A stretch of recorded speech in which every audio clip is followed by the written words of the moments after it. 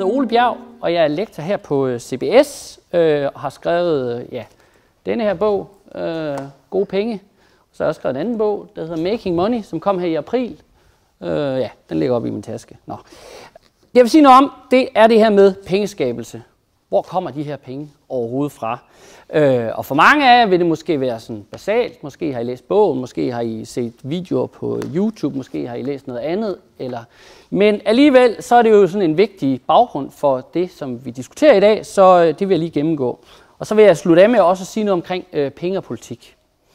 Jeg vil starte med at fortælle sådan en historie, som er sand. Jeg kommer fra Løkken, hvor der engang var noget, der hed Løkken Sparekasse. Det er der ikke længere. Den gik ned. Men før den gik ned, så var der så kom der en gammel dame ind i Løkken Sparekasse. Og så gik hun op til skranken, og så sagde hun ville gerne have alle sine penge ud af sin konto. Sagde ekspedienten, men det måtte hun jo bestemme, ikke? Så han tog alle pengene og lagde dem op i kontanter og lagde dem op på disken der. Og hun talte dem så, og så sagde hun, fint nok, så hun gerne sætte dem ind igen. Sagde ekspedienten, så hvad? Okay, men han skulle lige høre sådan, hvorfor egentlig det? Jamen, hun skulle bare lige tjekke, om de havde dem.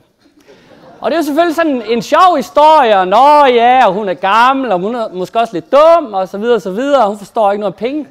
Men måske er hun alligevel ikke så dum igen. Måske har hun alligevel fat i den lange ende, den her gamle dame. Nu er det jo så nok ikke, desværre ikke nok til at stoppe, Erik Jonsen, som han hed, den tidligere direktør. Godt. Jeg skal nok vende tilbage til hende, den gamle dame. Typisk, når man taler om penge inden for økonomi, så stiller man typisk det her spørgsmål, der hedder, hvad er penge? Og så får man ofte sådan en historie om, penge så taler man om, at penge har sådan 3 eller 4 funktioner.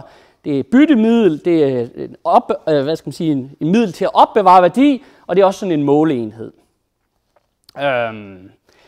Og det er sådan set, det er ikke forkert, men det er også lidt, på en måde så har det der spørgsmål, og det der svar, det har også sådan en evne til ligesom at lukke spørgsmål. Det er typisk sådan noget, der kommer i begyndelsen af en økonomibog, og så hører man den der historie, og så kommer man sådan bare videre, som om der ikke rigtig er sket noget.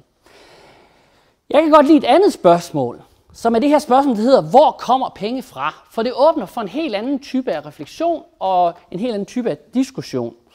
Og det første, man finder ud af, når man begynder at stille sig det her spørgsmål, hvor penge kommer fra, det er for det første, at penge ikke er én ting. Altså det er ikke én bestemt ting. Penge er mange forskellige ting. Både, synkront, altså i dag har vi forskellige slags penge, men også i den grad, hvis vi sådan kigger tilbage i historien, så vil vi også se, at penge har forandret sig meget. Og oven i købet, og det er lidt det her andet spørgsmål, det her, hvad er penge? Det har sådan en tendens til at give os den her idé om, at penge, det kan godt være, at de ændrer karakter eller sådan form i historien, men de har sådan en grundlæggende essens, som sådan er transhistorisk. Men det ser man ret hurtigt, hvis man stiller det her spørgsmål, hvor pengene kommer fra, at det har de ikke. Penge kan komme mange forskellige steder fra. Og her har vi allerede en første rigtig vigtig politisk pointe, fordi at når penge kan komme forskellige steder fra, og det har forandret sig gennem historien, så betyder det nok også, at de penge, vi har i dag, så bliver det nok ikke ved at være de næste 1000 år og ind i evigheden. Nej, penge forandrer sig hele tiden. Og den her forandringsproces, den kan ske på forskellige måder. Den kan ske ved, at det bare sådan, udvikler sig sådan lidt efter bedste beskub, eller det kan også være, at der er nogle stærke økonomiske interesser, der styrer det. Men det kan også være noget, som man tager politisk styring over, og så siger, okay, nu vil vi faktisk gerne have, at pengene skal være sådan her. Og jeg tror, at vi lever i en tid lige nu, hvor pengene er i fuld gang med at forandre sig. Og enten kan vi sætte os tilbage og sige, det var nok spændende, lad os se, hvor den ender.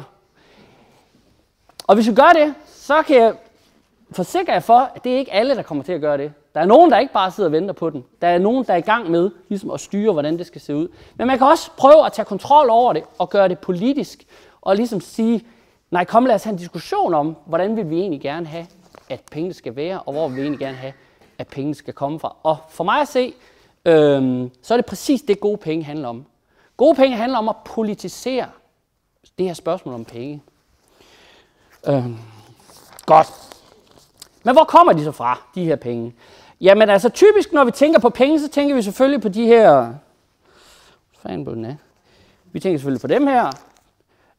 Og dem ved vi sådan sikkert alle sammen, hvor de kommer fra. De kommer fra en nationalbank, det står jo på dem. Så det er der ligesom ikke så meget spas i, kan man sige. Og det her spørgsmål, eller det her svar, er jo, det er ikke forkert. Det er jo rigtigt nok, at de der penge, de her kontanter, at de kommer fra Nationalbanken. Men alligevel er det måske lidt misvisende for så vidt, som at de her penge kun udgør sådan cirka 5% af den samlede pengemængde i Danmark. Resten af pengene, det er kreditpenge. Det er de penge, som vi bruger, når vi bruger vores dankort og vores netbank og MobilePay og hvad vi ellers har. Men hvor kommer de så fra? Og er det ikke det samme? Er det ikke bare nogle af dem her, der så bare ligger inde i banken? Nej, det er det nok ikke. For hvis vi så stiller det her spørgsmål, hvor kommer de fra? Hvor kommer de her kreditpenge fra? Jo, de kommer ind i økonomien, når der er nogen, der låner dem. Når jeg går ind i Nordjyske Bank og beder om et lån på for eksempel 100.000, så gør banken to ting. Det ene, de gør, det er, at de opretter en gæld, eller jeg har en gæld til banken, og det næste, de gør, det er, at banken har en gæld til mig. Jeg har et tilgodehavende og en gæld i banken.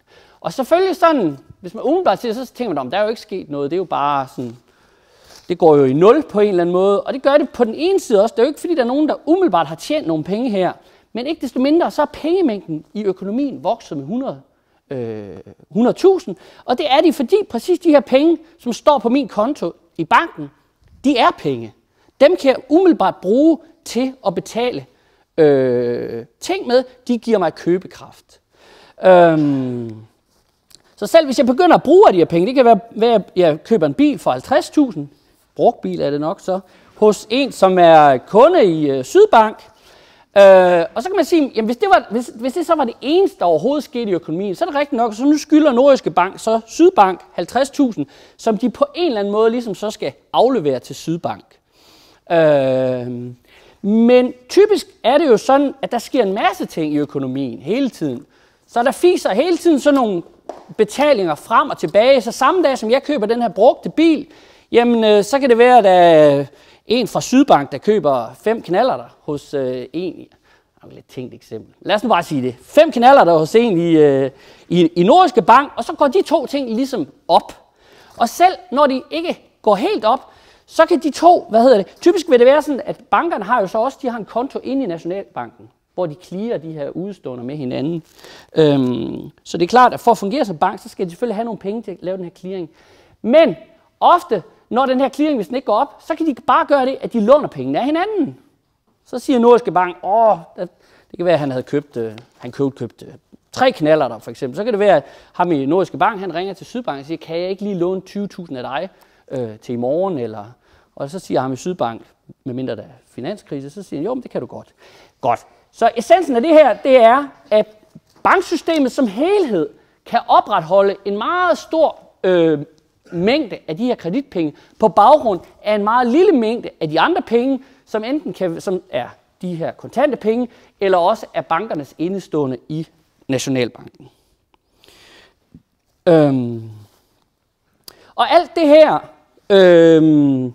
hvad kan man sige, det her system er noget, som der er dele af det, som har været der i lang tid, i 100 år, måske endnu længere, altså det her med, at man kan lave kreditbetaling.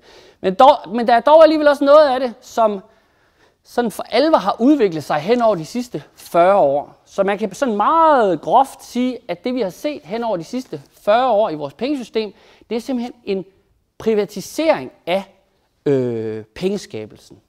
Altså, at det ikke længere er staten, der laver pengene, det er de private banker, der laver pengene. Det er dem, der skaber flere penge, som kommer ind i økonomien. Så kan man så sige, hvad så? Det fungerer vel udmærket, og det er da også skide smart med de der kreditkort. Så er vi fri for at rende rundt med de her penge, som lugter og bliver væk og går i stykker og alt sådan noget der.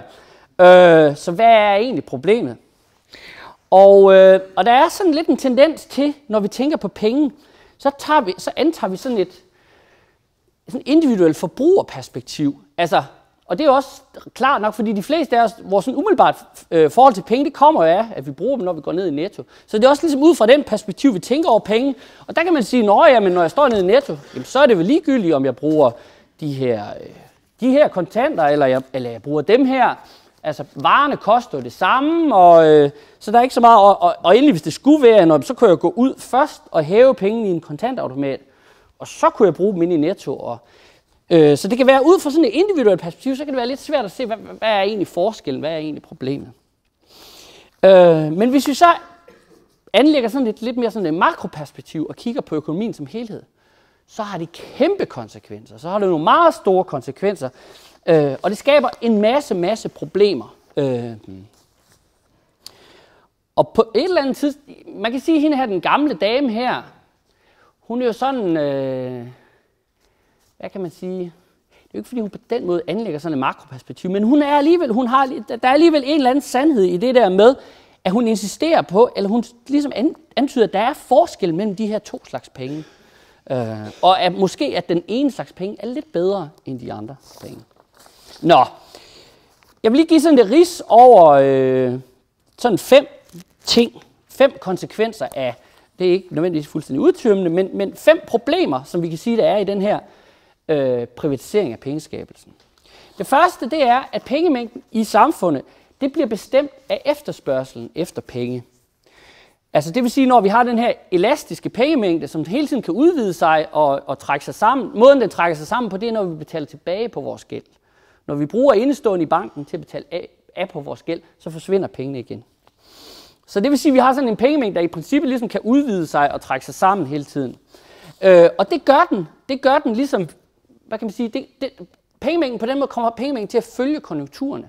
Det vil sige, når det går op, når arbejdsløsheden er lav, og der er masser af aktivitet, og boligpriserne stiger, og aktiepriserne stiger, og udsigterne er gode, så åbner bankerne for sluserne og siger, vil I ikke låne nogle penge, og lån endelig, og det gør så låner vi nogle penge, og så køber vi måske hus, og så stiger priserne endnu mere, så får vi endnu mere friværdi, så kan vi låne endnu flere penge, og så kører den ligesom.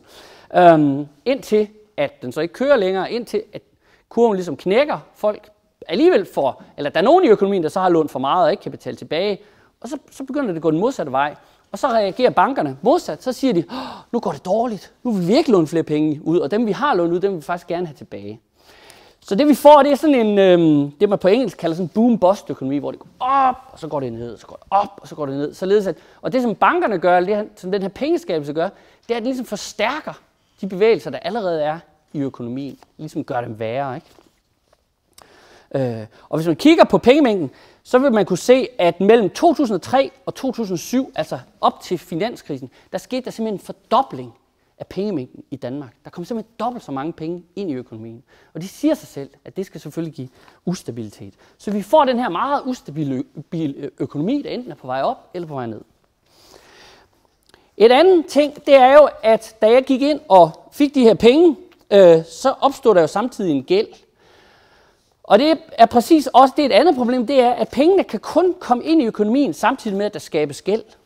Det vil sige, at hver gang der kommer flere penge, så kommer der også mere gæld.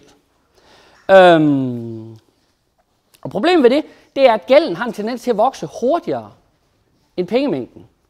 Så der kommer mere og mere gæld, og det hænger sammen med, at renten på gælden er typisk højere end renten på mit indestående i banken. Altså mit indestående i banken, der får jeg jo ikke, der får jeg under 1% måske ikke, og mens min gæld, afhængig af hvad det er for en type af lån, så kan det jo være alt fra 3% til 7% til 15%, eller hvad ved jeg. Så vi har sådan en, og hvis man så ligesom betragter økonomien som helhed, så er der en tendens til, at der ligesom, at den her gæld, den stiger simpelthen mere end pengemængden, og det vil sige, at der kommer ligesom til at mangle, der er simpelthen strukturelt for få penge, der er ikke penge nok til at betale den her gæld tilbage. Så vi får den her gældsøkonomi, som vi har. Det kan I jo også se, altså, og det er jo både privatpersoner, men det er jo også efterhånden nationalstater, der er jo forgældet op over begge ører. Samtidig med, at vi selvfølgelig også har nogen i den anden ende, der simpelthen bare hober til godehaverne op. Og der sker nemlig også sådan en, på den måde kan man også sige, at der sker sådan en omfordeling fra det, man kunne kalde den produktive økonomi til den finansielle økonomi.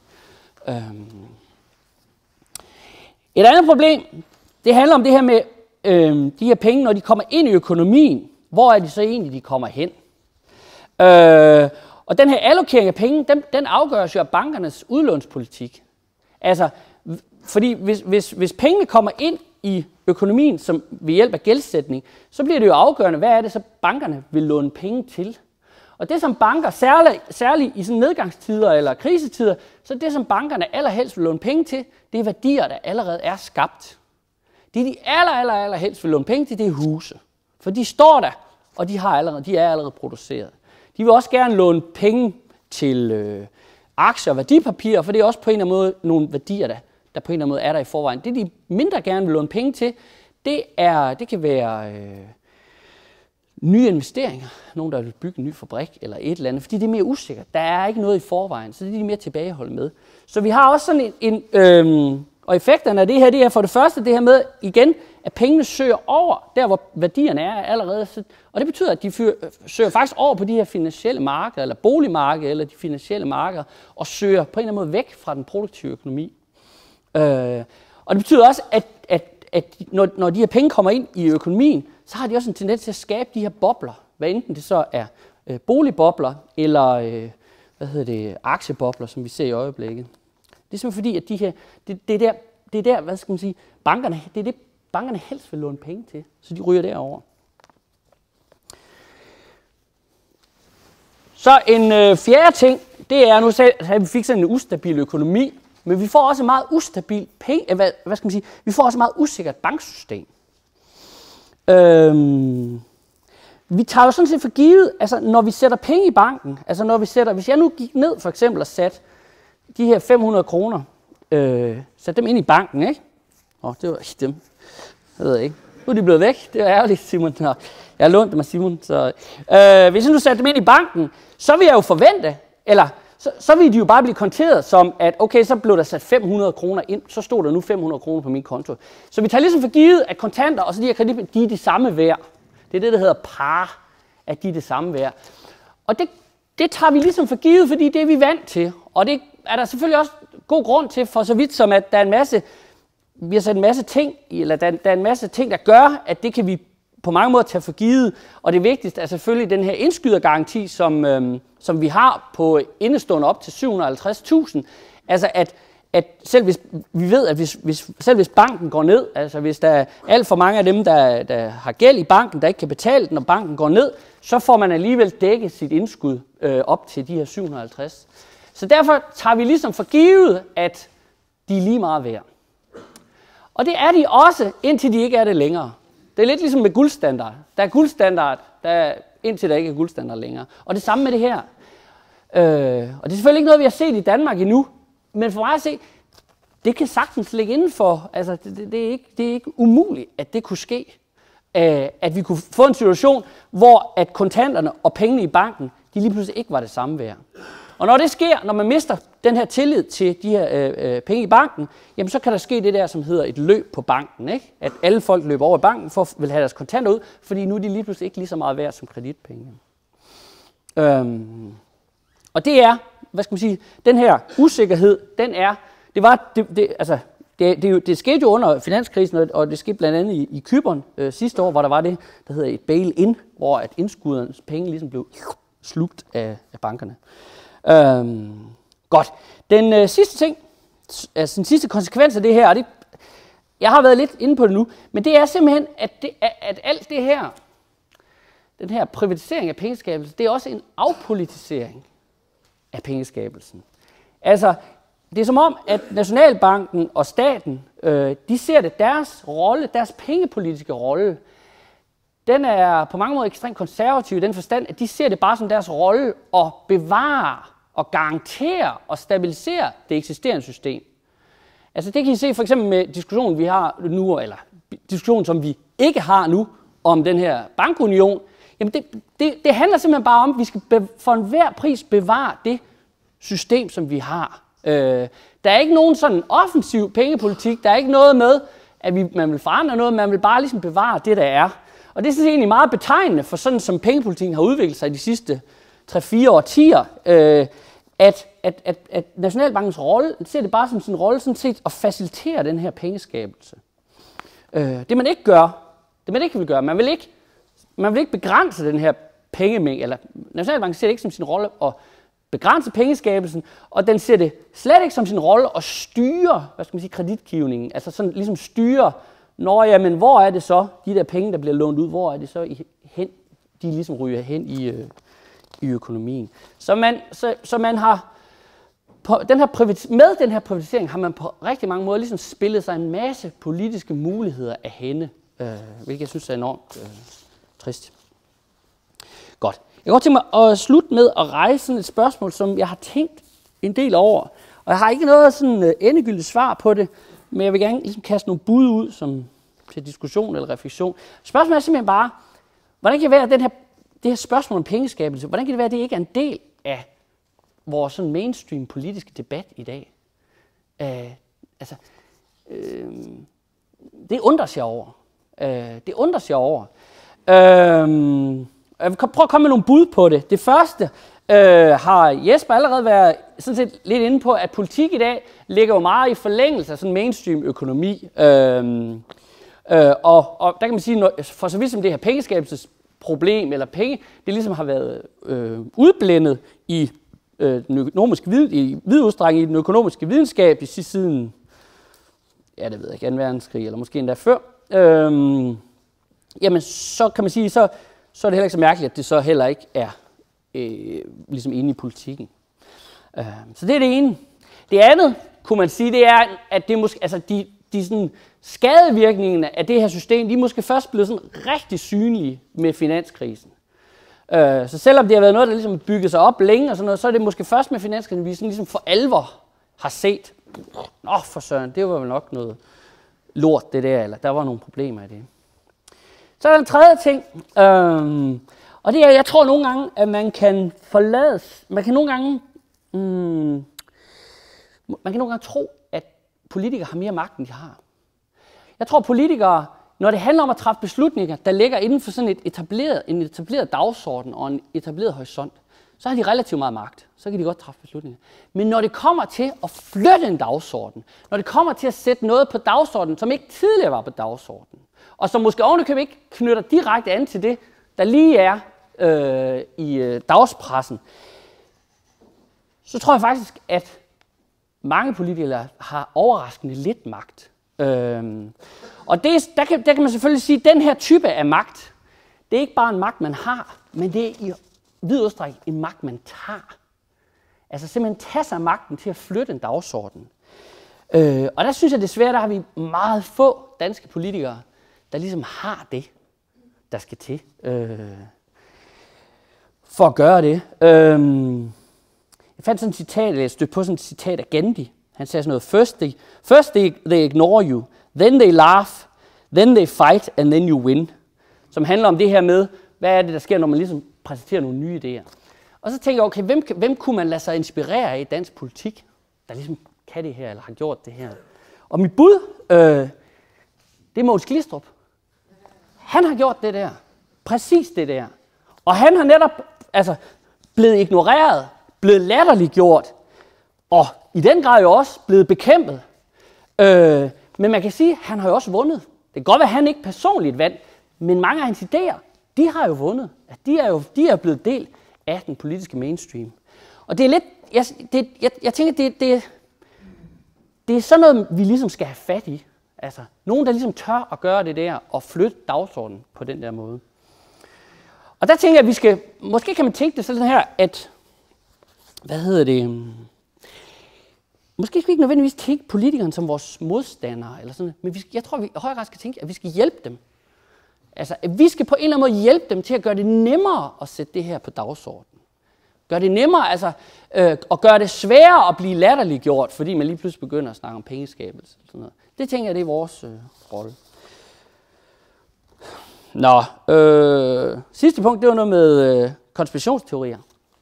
Det når vi desværre ikke, så jeg springer lige til det aller sidste punkt, hvor jeg vil kaste sådan 3 scenarier ud for en pengereform.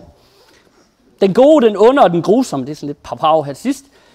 Det gode scenarie, det er, at inden for de næste par år, der sker der sådan en dels sådan folkelig mobilisering omkring det her pengespørgsmål og pengereform i Danmark og internationalt. Og samtidig så sker der også det, jeg lige har talt om, at det på en eller anden måde ligesom bliver absorberet af de etablerede partier, at det er noget, man begynder at tage op, og måske kunne man forestille sig, at der kunne ske sådan nogle nye alliancer i politik, som kunne måske gå på tværs af den der evindelige rød-blå skelnen. Og så kunne man forestille sig, at man ligesom lavede sådan en reform, at det kunne lykkes. Det vil være den gode, det er jo det fede, det er jo det, vi gerne vil, ikke? Den onde, det er den her. Det er, at der kommer en ny stor krise lige om lidt. Dollaren crasher, enten fordi det bliver hyperinflation, eller der bliver deflation, eller et eller andet, og banksystemet crasher. Og i det her virvar eller kaos, så indfører man så fuld reserve, som får løst de her problemer. Og så er der den grusomme. Den grusomme, det er det samme som før. Der sker en stor krise, en ny stor krise. Dollaren crasher, banksystemet krakker, det hele. Men der kommer ingen reform. Det kører bare videre. Og så er vi på røven. Nå, det tror jeg ikke. Jeg tror, der er 20% sandsynligt for den sidste, 50 for to, 45 for toeren og 25 for etteren. Jeg kan ikke huske, om det gjorde. Nå, godt. Tak skal I have.